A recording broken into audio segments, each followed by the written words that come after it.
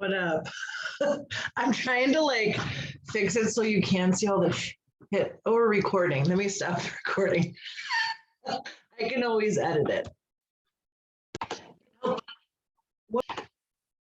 Get it started, but Leslie, can you give us the poll results? Yes, so we have 60% of people that this is their first webinar and Okay. 40% of people that have joined before. Okay, great. And then can you do the next one? I think I know. Hi Mary, I recognize names from emails and working with other grant programs. But We get a new, hold on. Oh, sorry about this. I'm not usually the poll lady. You should get another one now. I'm sure you've been called worse than the poll lady. I'm sure. I probably should have paused the recording before I said that. I'll edit that out. All right, so we have 100% of people that are here that are considering themselves professionals that serve family caregivers. And do you know what I just realized? I should have done both, because all too often someone is a professional who serves caregivers and they're also a family caregiver or primary caregiver. So I completely apologize.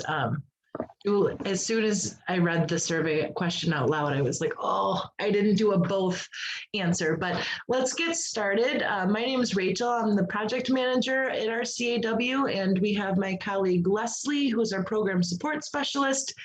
Andrew is here from TimeSlips. He's going to be our guest speaker, and I'll do your introduction as soon as I'm done. Andrew, I have some really neat things about him to share with you, and then he's going to share with us everything TimeSlips.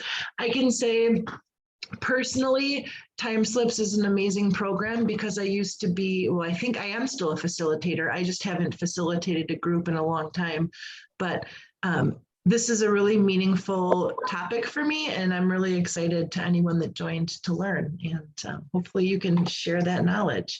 Okay, I am going to get started by sharing my screen, and it's not giving me desktop. Okay, wait, hold on for 1 second. Les, I'm gonna share, it didn't say hold desktop. Can you see my screen? I can see your email, yep. Okay. You have to love technical glitches. It's not allowing me to do my desktop for my presentation. Andrew, while I figure that out, would you be okay if I introduce you and we'll flip the order? Yeah, works for me. Okay. Oh my gosh, and you're flexible. You do amazing work and you're flexible. Gotta love it. So welcome, Andrew. For everyone that's joining us, Andrew is an award-winning playwright and theater maker who creates socially engaged theater with and for vulnerable populations. That's such a unique thing to hear, and I absolutely love it. His work has been produced across Michigan, the US, and internationally. Originally from England, Andrew holds a Master of Arts in Community Arts from Goldsmiths College, the University of London. He is currently based in Detroit, where in addition to working for TimeSlips, he works as a teaching artist and facilitator with a variety of social service and art organizations, and was recently named a 2020 Kresge Artist Fellow. Thank you so much for joining us, Andrew. Thank you, Rachel, and thank you for that lovely introduction as well. Yeah. Well, it's great to be with you all today to tell you a little bit more about TimeSlips and particularly some resources that we have that are recently developed to better support family caregivers. So hopefully, if you even if you know a little bit about TimeSlips already, there'll be maybe some new content or some new resources to learn about today.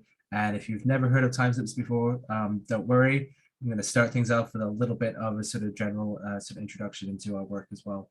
And Rachel, just to let for sort of housekeeping thing too, the presentation, there's a couple of sort of like interactive moments, but and I have a longer video that I wasn't planning on showing all of, but approximately how much time would you want for your presentation? 25 to 30. Great. Okay, that's kind of what I had aimed for, so we should be all set. And cool, you've already given me permission to share my screen, so hopefully everyone can see this now. I just moved it a little bit, so Got it. Yep. great. Okay. Fantastic. Well, just moving things around a little bit more here on my screen so I can put all of your faces above and not to the side. And and we'll dive right in. So so again, Andrew here from TimeSlips. I am a project manager with TimeSlips and have been with the organization since late 2018. As Rachel shared, I'm from the UK originally. Made it official this year, became a US citizen. So I joined your ranks and was able to vote in the first kind of local election here in Detroit just a couple of weeks ago. I think everyone who I voted for did not do very well, but hey, still, you know, that's not the point, right? I'm very lucky to be a member of the team at TimeSlips. We're a remote organization and we have a small but mighty staff spread all across the country now. We actually began in Wisconsin, in Milwaukee, so some of my colleagues are from that area. I'm the only person on the ground here in Detroit, but I'm very excited to be here to share more about the work that we do at TimeSlips.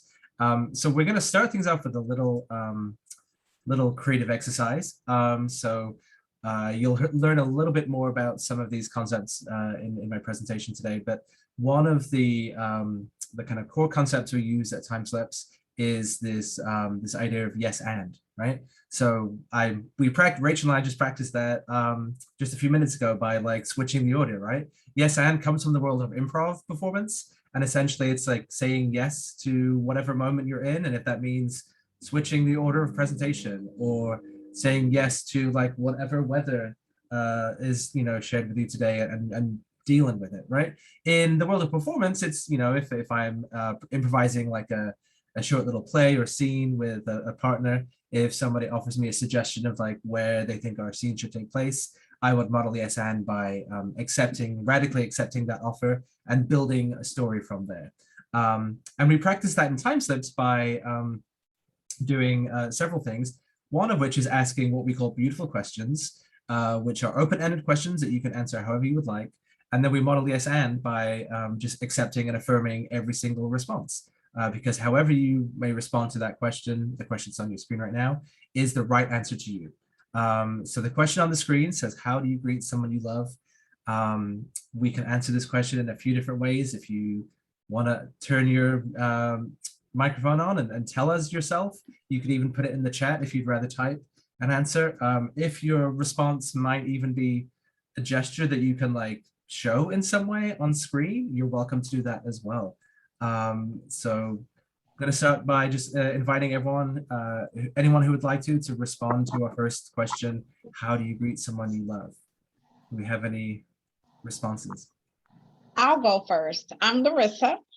I typically have a smile on my face because I'm probably very happy to see them, such as in the time that we're in now. So seeing loved ones that you probably haven't seen face to face in a while. And I'll also greet them with a hug. I want to know how they've been doing, what's been going on, things of that nature. Thank you, Larissa. Perfect example there of modeling yes and.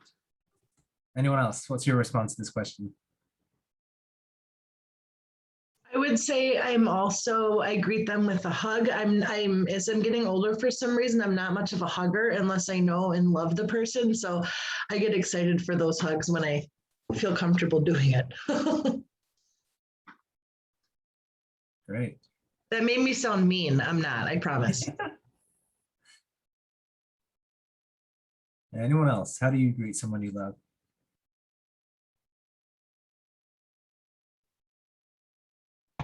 Mary, what about you? How do you greet someone you love?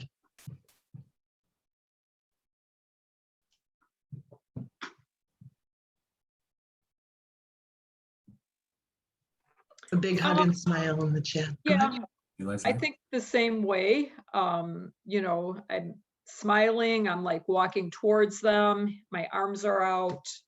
You know, I guess I go by their body language if they want to hug or not, because I have teenage grandsons. So.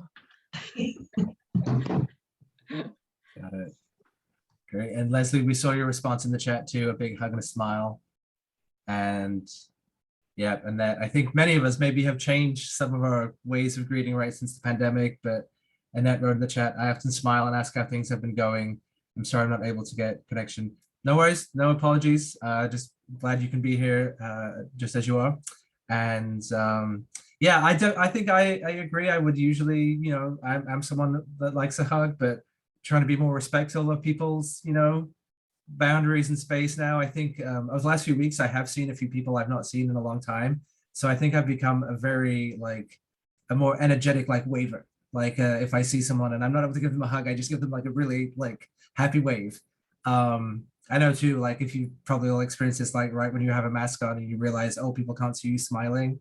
So maybe finding new ways to smile, right, with our bodies. Great. Well, thank you for all of your responses there. So just a little demonstration there is the one type of the creative engagement that we do at TimeSlips, asking open-ended questions like this. You'll get to see a couple of examples of some other questions in a moment. It's a great exercise to use as a way to sort of break the ice in a group like this, but also as TimeSlips is an organization that works primarily with older adults, sometimes, but not always, those experiencing memory loss. We find that asking a question like this is great in those contexts as well, because it takes away the pressure of getting the right answer, always having to kind of get the correct answer, which I'm sure many of you may know if you are caring for or work with people living with memory loss. That pressure to remember things exactly as they were, or to remember the name for an everyday item.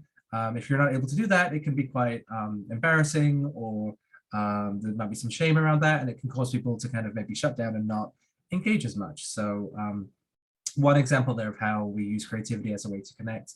And I like asking this question too, because I think even though we got some verbal responses and some responses in the chat as well, this is a great question that people can also respond with gestures, right? So a wave, or blowing a kiss, maybe giving yourself a big hug, right?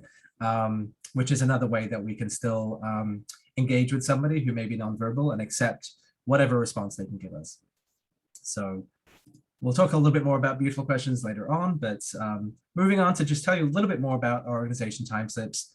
We've been around a little over 20 years now, and during that time, we work primarily with care partners and encourage them to replace the pressure to remember with the freedom to imagine, just like I described a little bit earlier with those questions. And by doing this, we like to bring meaning and purpose into the lives of elders and those who care for them through creative engagement. We offer a lot of resources to help people do this, whether you would call yourself a creative person or not. For example, on our website, we have hundreds of free prompts and tools for creative storytelling and other engaging activities.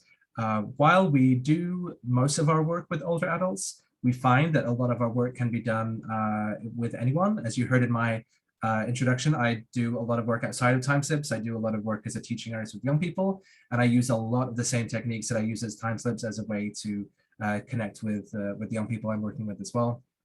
And but back to the focus on the older adults who may be maybe living with or experiencing memory loss. We encourage people to really tap into and harness the power of imagination to change the way that the world understands aging and dementia. I'm going to show a short little video now, which is a much more beautifully expressed and illustrated introduction to TimeSlips. So you'll hear a little bit more of those, or see a couple more examples of those beautiful questions and that concept of yes and that I've just modeled, that we just modeled earlier. So this video is only a couple of minutes long, but hopefully will give you a little bit more sort of insight and background into who we are and how we use creativity as a way to connect. What is TimeSlips? We are a nonprofit inspiring a global movement to bring meaning and joy to late life through creative engagement. Let me show you what I mean. When the changes that come with aging meet the demands of our daily lives, it can be difficult to connect. Even if we want to connect, it can be hard to know how. When we do try to connect, our impulse is to draw on the past. But for people with memory loss, this approach can lead to shame and embarrassment, focusing on who the person was rather than accepting and valuing who they are now. TimeSlips offers another approach, to shift from the expectation of memory to the freedom of imagination. In the emotional and symbolic language of the arts, there are no wrong answers. People we thought might be lost to us, we can reach with sound and movement, with words and images.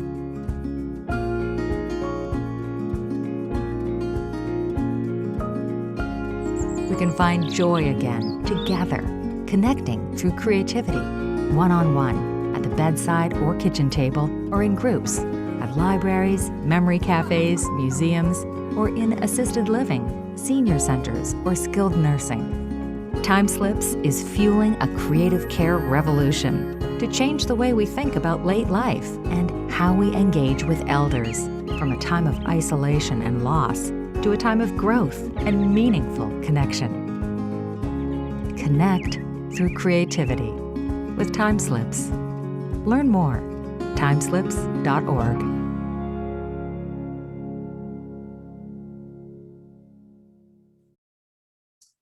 So there we go. Hopefully that, as I said earlier, gave you a little bit more sort of insight and background into who we are as an organization and the types of things that we do. There are many aspects of our work, but I'm here today to talk primarily about our new resources that we've developed over the last couple of years, specifically for friends and family caregivers. So you heard that I'm based here in Detroit, and so when I joined TimeSlips a few years ago, it was to sort of oversee a project right here in Southeast Michigan. So we received funding from the Ralph C. Wilson Jr. Foundation to develop some new resources and test a new product that we're proud to say is now out there in the world. And we did that by working with caregiver focus groups, many groups connected to the Alzheimer's Association, and many other sort of caregiver kind of networking groups. So I say that because the process that we used to kind of create these resources was very much a sort of human-centered design process, and we wanted to include people, the very people that we were creating these resources for, in the development of them. So we hope that the sort of final product is something that caregivers find useful and reflective of their experience. And so of those resources, there are several kind of aspects, and we'll talk about each one a little bit in detail in a moment. So we have our friends and family online training. We have resources to host what we call a TimeSlips engagement party. And then last but not least, the Creative Care Imagination Kit. So we're going to talk about each three of those in a little bit more detail now. Something to keep in mind too is that what we try to do with these resources is think about different sort of ways of accessing and engaging with our material. So our first one is a free online training. It's called TimeSlips for Friends and Family. It is available on our website, timeslips.org, that you can currently access for free. You just need to have an account on our website, which is very simple to do. So this is, we like to sort of describe as kind of like TimeSlips 101, or if you've never heard of TimeSlips before, it's a sort of gentle introduction into who we are, what we do, and how you can use TimeSlips and use our techniques for creative engagement in your life as a caregiver or somebody working with caregivers. It is, as it only takes about 45 minutes, we feel that it's a little bit more maybe accessible for folks that, you know, are balancing, you know, caregiving, professional lives, family obligations, and all of that. Again, it's free, but we also recognize that it's online, and that for some people, you know, getting online, whether it's access to reliable internet or the sort of comfort level, you know, signing on and finding the training on our website might be a challenge. So this is only one way that folks can engage with our resources. Another way is, which is maybe a little bit more of the, you know, pre-internet age version, is a good old-fashioned in-person gathering. And I know as I say that, right, we're not able to do many of those right now, but we developed this program pre-COVID, and we're hoping that, you know, optimistically moving forward, when people feel like they're able to gather safely in person, whether it's indoors or outdoors, to learn a little bit more about our organization and share resources together, the engagement party could be a great way to do that. We very intentionally called it an engagement party, so it's a play on that, you know, that term. But we want to encourage folks to think of these as being kind of joyful, playful gatherings where you can come together and learn a little bit more about our evidence-based techniques for memory loss. We provide resources on our website for anybody who wants to host an engagement party to do so. So for example, if any one of you decided that maybe if there's someone in your family living with memory loss, and you sometimes feel that the burden of care or responsibility like falls to you, and you'd like to kind of encourage, other family members, siblings, grandchildren, adult children in, the caregiving of your family member, hosting an engagement party could be a great way to do that. Another place is perhaps if you're part of a faith community, a place of worship, and there's maybe a member of your congregation that is experiencing memory loss, and you're seeing that kind of family struggle. An engagement party could be a wonderful way to involve everybody in coming together and taking that kind of like village approach, right, to the caregiving and well-being of that person. So on your screen here, you should see one example of one of the documents that we have on our website, which is the engagement party handout. So on the one side, you see where it says step 1 leading to creativity. That's a page from the engagement party handout that you could print off and make available for guests of your party. And then the second one, where you see the same image, but a little bit smaller with the kind of rectangle at the side there, that's our sort of facilitator or instructor guide. So if you're someone who really wants to bring TimeSlips to your family or social group, but you feel like you're not quite an expert enough, the facilitator guide kind of gently kind of walks you through and provides you with some kind of talking points of like what to do or say at any given moment in the party. The online training that I just mentioned too is a great sort of way to kind of brush up on the content of an engagement party, because essentially everything that's covered in the online training is also covered in the engagement party itself. So 2 aspects of the resources so far is the online training, TimeSlips for Friends and Family, which you can watch yourself. You can also share that link with anybody that you think might be interested. Or if you are interested in doing it in an in-person gathering, even on Zoom, we've had a lot of people do virtual engagement parties as well and found them to be successful. You can access the resources on our website for free to guide folks through your own engagement party. During the engagement party, you'll go through some of the basic TimeSlips core concepts, yes and beautiful questions. And then also there'll be some examples of how you can then apply these techniques to a common situation that a caregiver may come up with. So one example that we share in the engagement party is, let's say that you're having dinner with a family member, a friend who may have memory loss, and they struggle to remember the name for ketchup. In that moment, there's several things you can do. You can give them the word, you can kind of maybe try and distract them and move on from it. Or a TimeSlips approach is you have to use your imaginations for a minute because I don't have a bottle of ketchup here. You could say, what would you like to call this, right? And let's say the person calls it the red sauce or red bottle. You can model yes and by saying, okay, well, here's the red sauce, here's the red bottle. We have other examples in the materials. That's just one, again, to kind of give you a little bit of a sense of how you can then apply these techniques to any kind of everyday situation. Then the third aspect of our Friends and Family resources is our Creative Care Imagination Kit. So this is a physical resource, essentially TimeSlips in a box, that is we describe as a beautifully designed kit, including resources to help family members and caregivers of people living with memory loss or anyone else bring light and joy to others. We're going to take a deeper look at some of the inside of the kit in a moment. But this is another aspect of the resources that, as I said earlier, we developed in collaboration with caregivers and professionals here in Southeast Michigan. It was recently published in June of this year, so it's now available to buy wherever books are sold. And going back to the idea of like access, for anyone who again might want to learn more about TimeSlips or use creative engagement, but the online training or the in-person gathering is not ideal for them. Getting them, a physical copy of the kit and sort of having them open it and use it may be another way to kind of introduce our techniques for creative engagement into their lives. So a little bit more detail about the kit. Inside there are instructions for anyone who's brand new to TimeSlips for how to use it as a way to connect with others using creativity and imagination. There's a little journal that you can include. You can kind of write down stories, responses to beautiful questions that can also turn into a little bit of a keepsake. Again, if this is something maybe you're using with family members and using different generations of that family members as well, it could be a nice way to kind of collect all those stories. Then there's 15 story prompt cards with images, black and white photographs on that you can use to imagine stories together. And then there are 15 cards that have other examples of those beautiful questions, which I talked about earlier, with an additional thoughtful action, which you'll get a chance to look at an example of those in a second here. The kit came out in June, as I said, and since then we've been trying to kind of just let people know about it. We are very proud to sort of have this out there in the world right now, and to give you a couple of examples of how people have been using it since. There's a couple of photographs here of an outdoor memory cafe gathering earlier in the summer here in Michigan.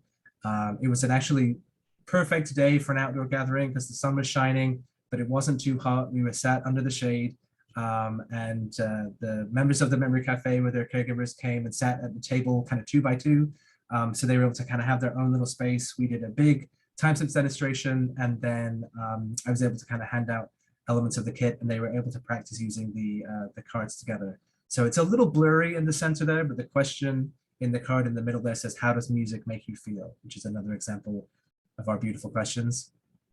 Here we have a husband and wife as well, where the question on the blurry card in the center there says, if you had the ability to fly, where might you go? So to give you a little bit more kind of context of how these kinds of questions and this type of engagements can encourage people who maybe might be sometimes a little reluctant to speak or mostly nonverbal. When the lady holding this card asked that question of her husband, he told a story about wanting to go back to Canada where he grew up as a child. And in that moment, while she knew that was part of his story, he started to share kind of other memories and other aspects of his childhood and things that she didn't know, right? So that is a kind of happy accident that sometimes happens with TimeSlips, right? Where quite often there may be situations with family where we want to ask an older family member about their childhood, or like, tell me about what it was like growing up, in such a decade or a time, right? But again, the person asking that question, may struggle to kind of connect to in that moment. But by asking a question like, if you had the ability to fly, where might you go? That might take that person back to a time in their childhood, and it may reveal some of those, memories and stories that we hoped to get, but we got there in a different way, in a more kind of creative and a more imaginative way, right? I think that's also, this is a great question to ask right now, particularly as many of us are still kind of, staying home or, deciding not to travel to, other destinations for safety reasons. So using kind of our imaginations to think about, well, if we can't leave the house right now, if we could close our eyes and imagine ourselves anywhere in the world, where might we be? Even that simple act can sometimes be just a really great way to brighten someone's day, right? And use the power of imagination to think about, what if I was on a beach right now with my toes in the water, listening to the sound of the waves, right? So again, a couple other examples of beautiful questions there. I'm not going to show the entire video here because it is a little bit long and I want to make sure that Rachel has enough time to chat. But this is a kind of, an unboxing video of the kind of what the kit looks like inside. So what I'm going to do is I'm going to start it and I'm going to turn the audio off. And I'm just going to kind of like fast forward through a little bit so you can see some of the more important elements of the kit. So again, it's been designed in collaboration with caregivers. One of the things that we learned very early on in the process was making the sort of exterior of the package bright and colorful and engaging. And again, while it's designed for caregivers working with older adults, really, we found that anybody can use this kit. So there's very little language on the sort of outer packaging of the kit that talks about this being a resource for older adults. Again, it's something that I've used a lot with young people I work with as well. And we've tried to make it, we've definitely tried to think about the importance of beautiful design and recognizing that often in kind of the world of caregiving and working with older adults, there may be really helpful practical resources out there, but they often look and feel quite clinical and they're not very sort of exciting to look at or inspiring. And we hope that this kit does the opposite there. If you're wondering, a little guest in the meeting now, it's my dog Colette in the background, who I think she's a little upset that I closed her crate door because the sun is shining and she likes to go lie in there when the sun is out. So you can see a couple of examples of some of the other beautiful questions on the screen here. And I think just in a moment, you'll see an example of the thoughtful action. So on the back of the card, again, some suggestions of if you wanted to kind of extend the kind of creative conversation into a different activity. Here we go. I'm going to pause it for a moment if I can. Here's an example of what's on the back there. So the beautiful question was, if your feet could talk, what might they say? So here's an example of a kind of more creative activity that you could do, drawing a picture of your feet, writing a story about what your feet might share, and maybe asking other people to do the same, right? So you could maybe decorate a shoebox and put all the sort of stories your feet would tell in that shoebox together. Some of the other thoughtful actions encourage the use of music or movement or other kind of ways to connect. So it's not always a verbal response or a written response. Trying to think about other ways or other kind of creative mediums that may engage somebody. Show a little bit more of the video. Oops, didn't need to go all the way there. Here we go. Here we go. I want to show you some examples of the story prompts that are inside as well. So as I said, 15 black and white photographs that you can use to imagine stories together. So try and pause it again in a moment. Here's a fun one. So the image that you can see on the screen now, for example, if I was showing that to an individual or a group that I was trying to imagine a story with, I would maybe start by asking a question, a beautiful question like, what would you like to say is happening here? Or where do you think this image or this photograph took place? One of the things I love about this photograph is, in addition to the four women we have in the center, we've got the kids in the background, especially the one on the side kind of doing that little pose. So I may then ask questions about like, you know, what do you think the little boy's name is in the background? Or if we wanted to give these people a name, what might we call them? There's another example, right? Often that if you're engaging with somebody living with memory loss, they may name people in the images or even animals, right? If you're giving an animal a name name that is significant to them in some way. Maybe it was the name of their mother or father or one of their children, right? So again, using a different kind of creative prompt as a way to engage people in a conversation. And then using the journal in the kits, you could kind of write down that story and share that back with folks at later dates. Animals, images of animals and children we often find are very successful when doing this kind of work. The penguins have been a tried and tested one. I just did a session yesterday using the image of the baseball cards there, and gentleman in the group was very, what was it again? Oh my goodness, I keep going back to the beginning there.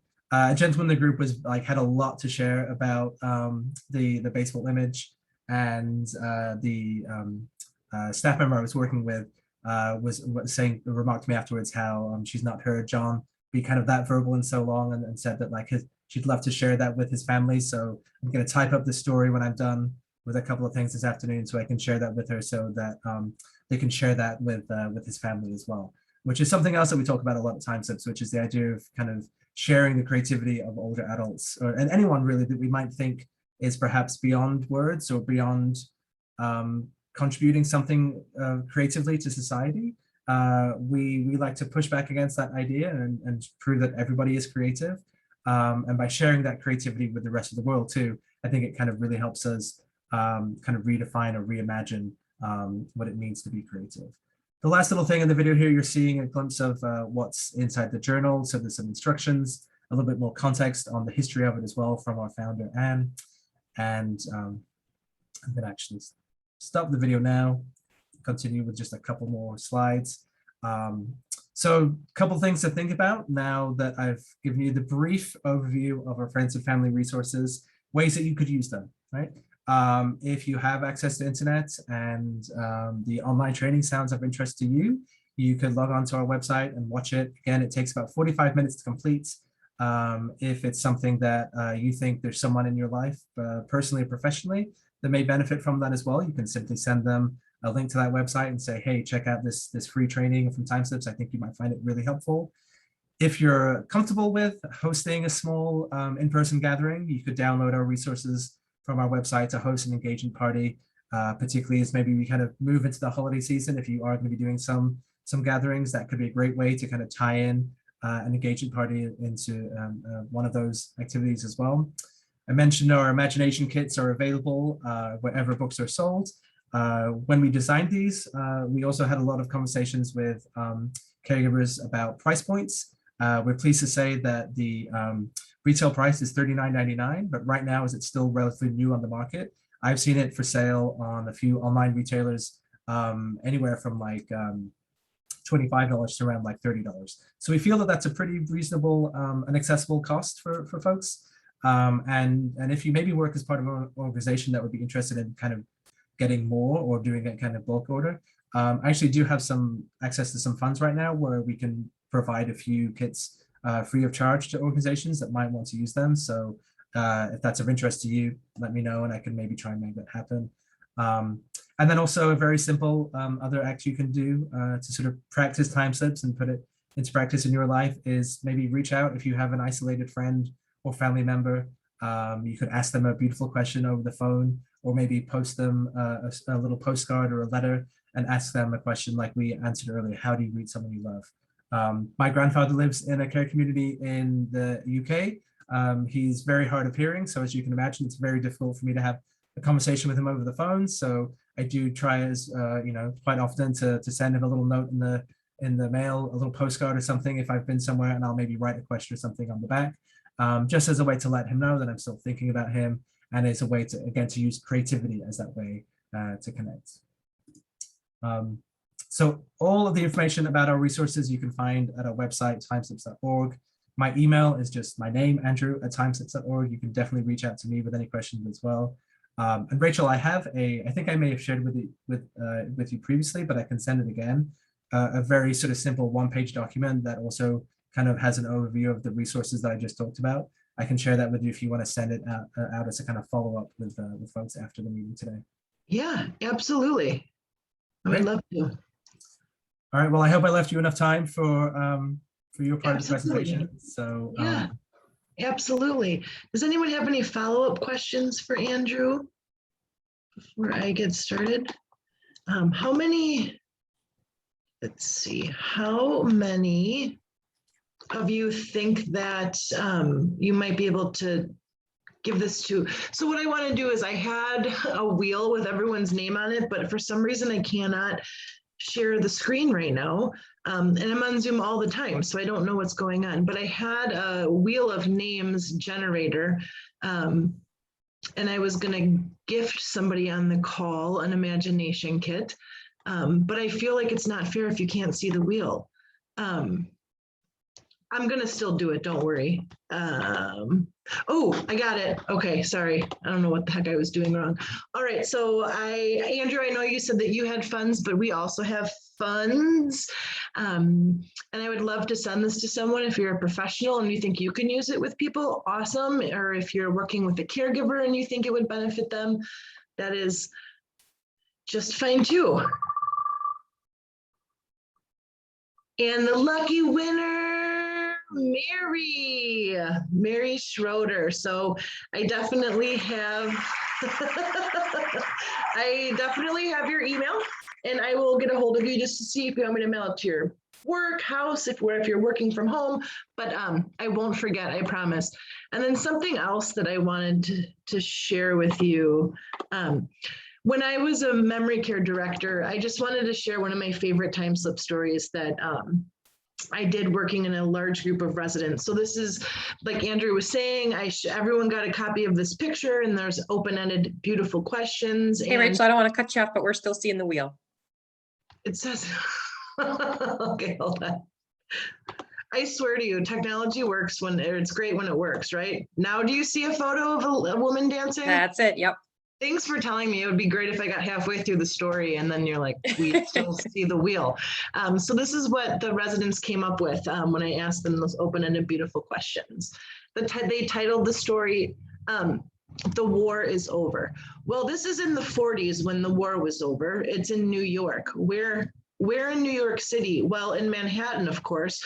Her name is Susie, and she is dancing because her boyfriend and brother are coming home. It smells like whiskey, because I remember one of the questions was, what do you think it smells like? It smells like whiskey, and the noise is very loud. She had too much to drink. That a girl, Susie. So she had too much to drink and she's dancing because she's excited to see her family. Susie is from Manhattan and she's 32 years old. She has been alone a lot lately and feels lonely because she hasn't been able to see her boyfriend in 2 years. She stays at home. Oh, I didn't read this fully. Don't make me cry. Okay, so she stays home and takes care of her mother and works at a dry cleaners a few days a week. The boat of men are coming home from war as the war is over. Hot men, I can't remember who said that, but someone belted out hot, the boat of hot men. Their last stop was Casablanca, and they are excited to come home and see their cousins and wives. Who is there? Well, everyone is there. The boat is coming home. I can just hear the horns, people cheering, drummers strumming, and people laughing. Can you hear it? It's spring. That's why everyone is dressed warm, but Susie is sweaty. She's sweaty from dancing and whiskey. When the song is over, she will walk to the port and kiss her boyfriend. So that's the magic of this amazing program. And I love taking it back to the days I used to get to work hands-on with people living with dementia. I miss that oh so much. Okay, so Mary, I will not forget, and I'll get a hold of you. And I am just going to jump in, super high level overview. If you have any questions, this happens a lot. You can put them in the chat. I'm available for a phone call or a Zoom after this if you have more questions or you want to dive a little deeper into some things that we're talking about. How are we funded? RCAW, we're a statewide nonprofit. We serve all 72 counties. We promote, support, and expand quality statewide respite care across the lifespan. So we do serve birth through end of life. And yeah, everything we do is free. We have, well, I'll get into the nitty gritty, but we don't charge for anything. So we're the best way, if you're working in an ADRC, I can tell you 2.5 years ago when I started, the barrier was, well, not a lot of people had heard about our organization. I can say it's really taken off in the last 18 months to the point where we've needed more staff and more funds, which we've made happen. But a lot of times folks who work at an ADRC or with the tribal, with one of the tribes, they have to remain non-biased. They can't, what's the word I'm looking for? This happens to me all the time around this time of day. Promote one agency over the other. So I was doing a presentation in Wausau, Wisconsin, and someone said, like, I don't really need to hear that much about you. I can't promote you over one. We're non-biased. We're the only one in the state. So all of our resources are free, and you can indeed promote us to help caregivers. I think everyone knows, but just in case, so respite is a planned, or it can be planned or it can be emergency based. We work with both scenarios. When people need it as an emergency, their family has had a huge crisis, and we can jump in and help them with funds and hopefully connecting them to someone to provide the respite care. And also it can be planned, and basically it's taking a break. At the Respite Summit we hosted in July, some of you may have been there. I'm awful with remembering names and faces, I'm so sorry, so I apologize for that. But someone said respite, you rest a bit, and that kind of stuck with me and the team. And we absolutely love saying it's respite and you can rest a bit.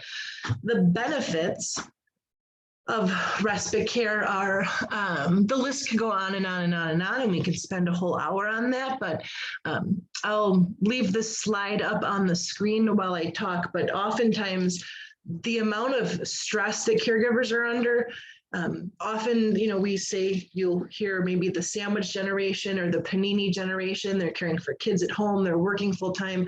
They have aging parents. That's a lot.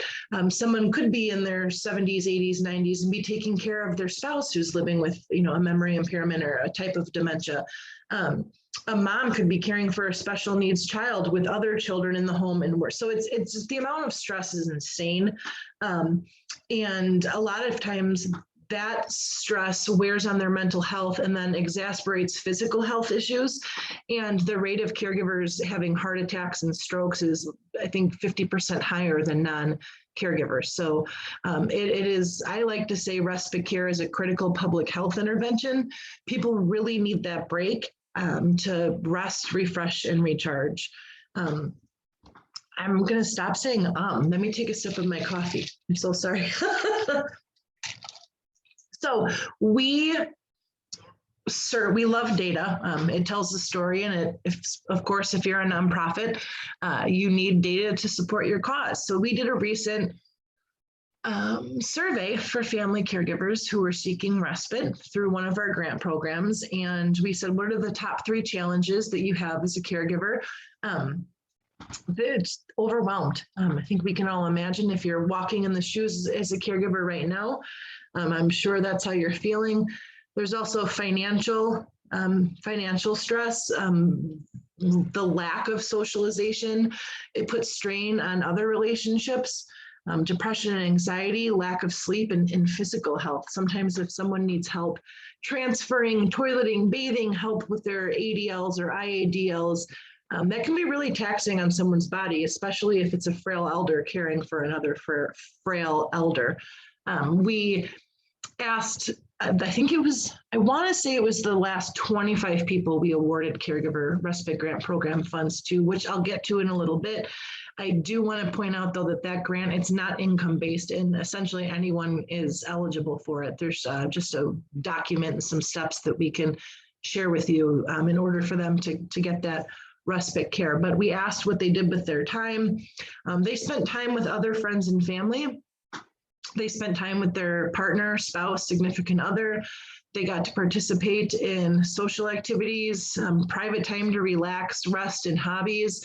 And there was a chunk of them that completed household tasks. So they finally got to take a break, and now they're doing deep cleans and getting stuff done around the house, which you wish wasn't the case. We're glad that they had that opportunity if that's what they needed, but we'd like to see the private time to relax and rest be a much larger piece of the pie, or time with other friends and family.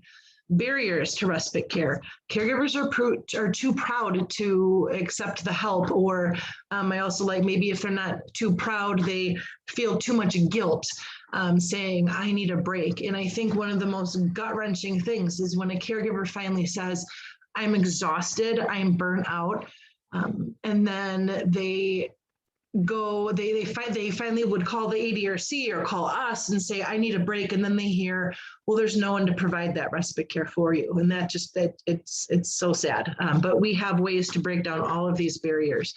Lack of providers, the affordability. It's not cheap. It is some people, if they pay privately, or if they have some kind of Medicaid waiver, long-term care support dollars, it's not cheap. And trusting others to do the job. A lot of times people don't want to hire someone, nothing against agencies, in-home care agencies, but sometimes that can be a barrier because we have seen that a lot.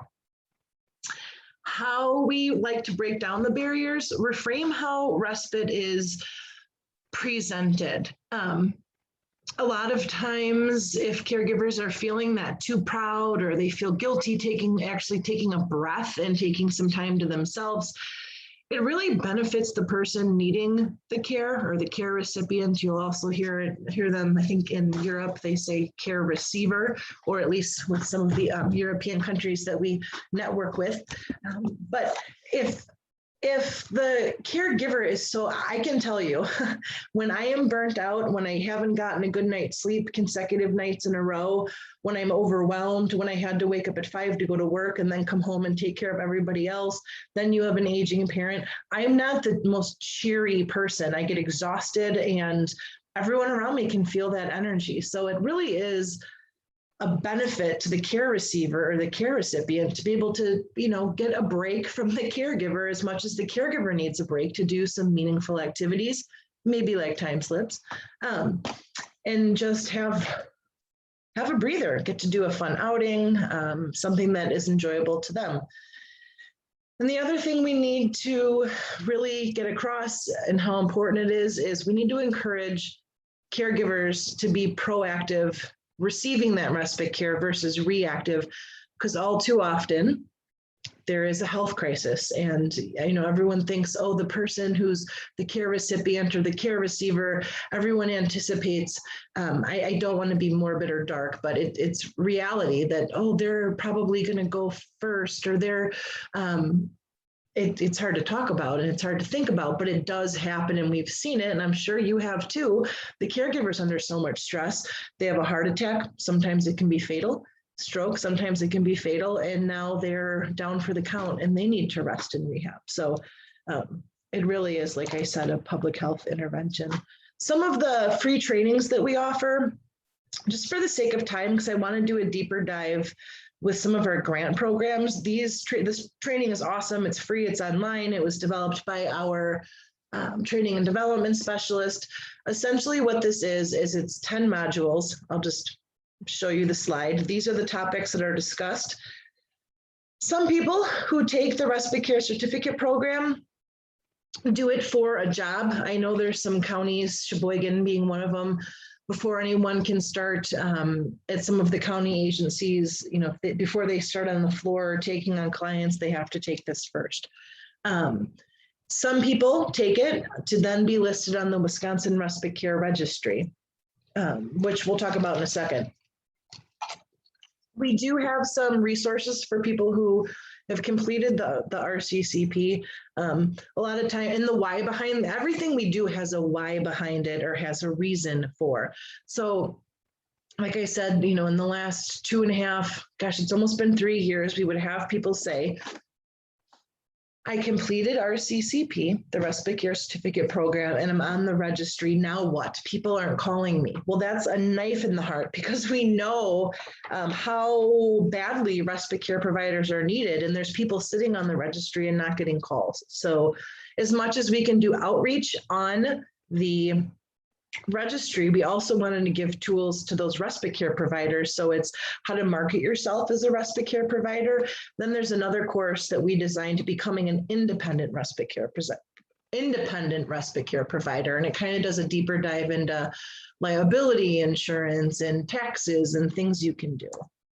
We have a kit for caregivers, how to hire, train, and retain respite care providers. The thing that's really cool about this one is the why is I just felt like if I were to tell a caregiver, and you saw the data before, most of them are extremely overwhelmed and stressed, you have to take a course. That's the last thing that they want to do, right? They're exhausted. So there is the option to go through the modules. However, there are 5 really neat sheets and some other modules that we just made as links to the PDFs so that they can kind of just grab and go and use as it needed. But it's interview questions, how to run a background check, because a lot of times, if they haven't hired someone to come in their home, it's the first time, it can be really overwhelming. I'm trying to think of what else, but it's, give them a tour of the house, make sure you do this, do that. So it kind of sets them up to succeed, not kind of, it gives them a leg up to succeed in receiving that respite care. Anyone who completes our CCP, we have promo code, I guess you would say codes. We've partnered with UW Oshkosh because continuing education is really important to us, and we want as many educated respite care providers in the world for everyone that needs them. We have the dementia generalist for friends and family, the dementia generalist for healthcare providers, and then you can also get a code for the dementia specialist. However, you have had to have taken either of the general courses to then get the specialist. So if anyone actually on this call, I'm just gonna be really candid, we have a medium to large sum of codes for these courses. So if anyone on this call would like one to take these courses, send me an email. I'll share it at the end, and I can definitely get you a link to the forum to request the course, and we cover the cost. The registry.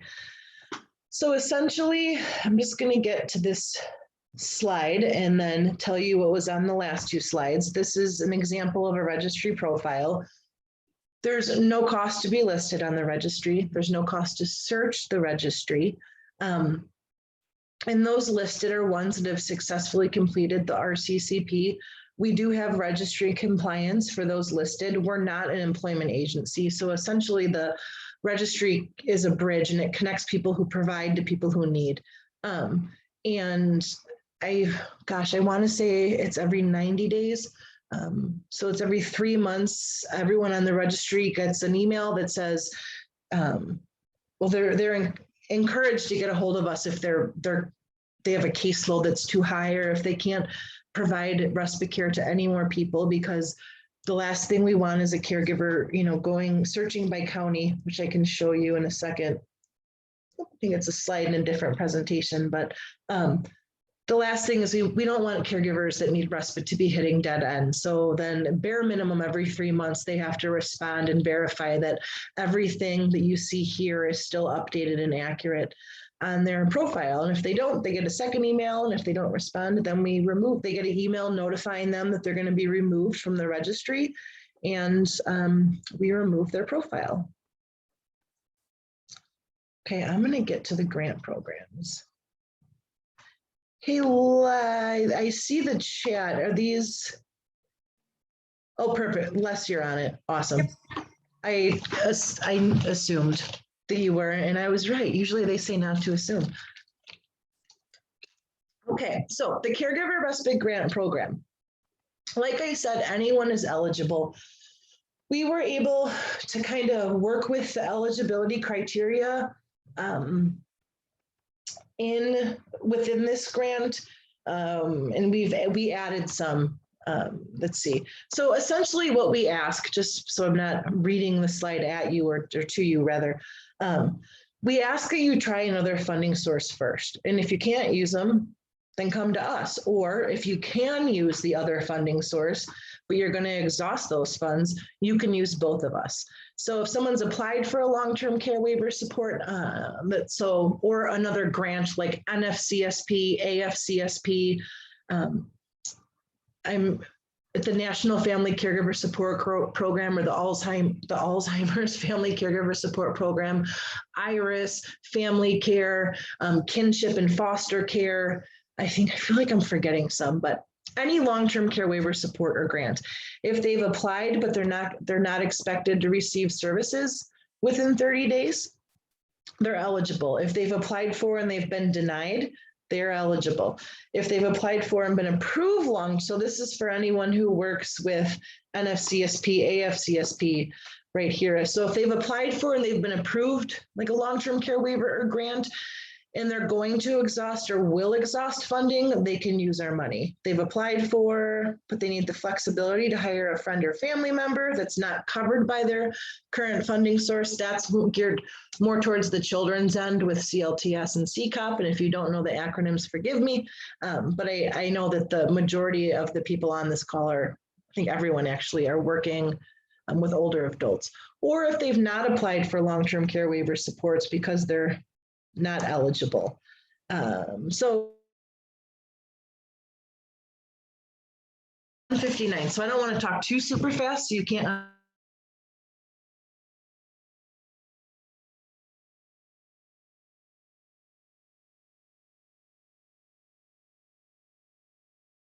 Totally respect that. I can chat with you at another time. But what the CRGP does is it pays for 5 days of respite care in a 90-day period. People can reapply up to 4 times a year. So essentially it could be 20 days of respite care. There's no minimum or maximum dollar amount that they can request for an hourly. We did a 2-year look back, and I think the average is like 17 an hour. And we show no preference on who provides the respite care, meaning they can hire a friend, family member, neighbor. They can hire someone from an agency. Or we have times when the care recipient needs a skilled stay at a nursing home. So we can help with that. Let's see. There we go. We have a core grant that's collaboration, outreach, recruitment, and education. Essentially, that's for professionals that want to collaborate and help get the word out there about RCAW, help recruit respite care providers, educate family members. It's up to $3,000 per county. The group respite grant, it is exactly what it says. what it says it is. I can tell you how someone is used or how the most recent applicant used the money. They have a memory cafe, and they have, after the memory cafe, the Fox Valley Memory Project was going to do a book reading with the caregivers, and they hired 3 CNAs to come in and provide the respite care for the caregivers, so they could then go and right next door and do a book club together and feel that support. And the care recipients were right next door and doing fun activities. Supplemental respite grant. I'm just going to get to this slide. I've done this presentation enough where I know exactly where the money slides are. It's the same eligibility criteria as the caregiver respite grant. Anyone can be eligible. We ask they try something else first. And the allowable expenses are wheelchair ramps, grab bars, anything that's a safety intervention, assistive technology. You can see on the screen what it can cover. Call me if you have questions, but I can definitely tell you that housekeeping far and wide is the most used, is the most requested assistance that caregivers need. So they get that break from caregiving. No, they get the break from housekeeping. And a frequently asked question, can they apply for both grants, the caregiver respite grant and the supplemental? Yes, they can. Oh man, I did breeze through that. It's 2:02. So I'm going to stop share, and I'm going to put my email in the chat. Are there any questions? Okay. Andrew, thank you so very much. I appreciate it. What's the preferred link to purchase the, can you shoot that to me in an email? Yeah, or I can put it in the chat. So yeah, put it in the chat. That would be great. if I'm gonna put in the link to HarperCollins, which is the publisher, and then that has links to several places. So to avoid like promoting one over the other, but I would say like be a discerning shopper, like shop around, because the sites have it may be available at a heavily discounted price at a different place. But there's also some links on there that I think there's a couple like IndieBound and Bookshop that I think connects to like local bookshops. So like if you want to purchase it and like support a local bookshop as well, you can do that, which I will kind of promote. Yeah. So if you scroll down on that link I just put in the chat, you'll see a few links to different retailers where you can get the. Okay. Does anyone else on the call think that they would use the Imagination Kit, or they could get it into the hands of someone who would benefit from it being able to share? I would definitely use it with the older population. You want one too? I'm feeling generous. Mary? Yes. Okay, it's a merry day.